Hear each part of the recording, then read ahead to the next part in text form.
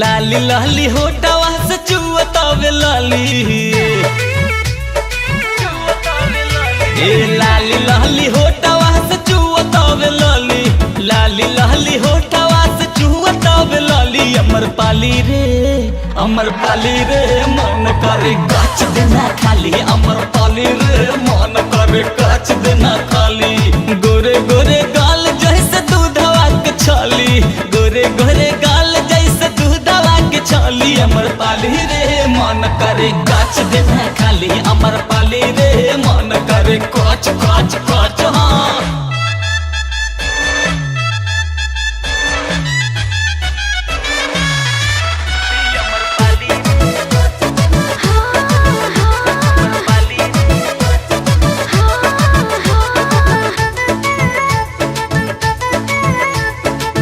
काथी खियवले रानी बोला mummy papa हो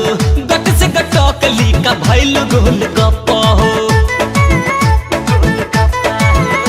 ए काथी खियवले रानी बोला मम्मी पापा हो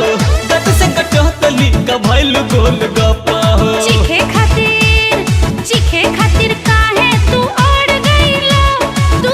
गईला काहे निरहु तू ऐसे बिगड़ गईला काहे निरहु तू ऐसे बिगड़ गईला बड़ा नीक लागे बोले भले देत बाड़ू गाली नीक लागे बोले भले देत बाड़ू गाली अमर पाली रे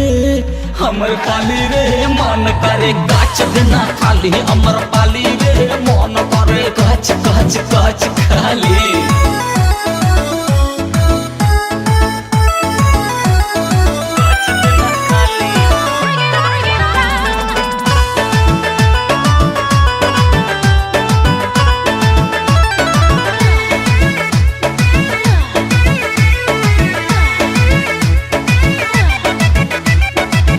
अखिया तोहार दुनु लगातार ढिसकी हो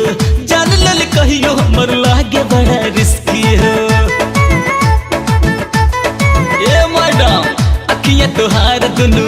लगातार ढिसकी हो जान लल कहियो हमर लागे बड़ा रिस्की हो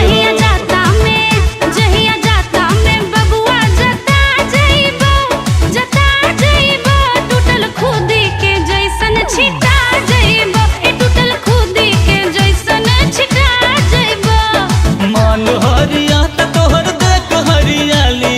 मान हरिया त तोहर देख हरियाली अमर पाली रे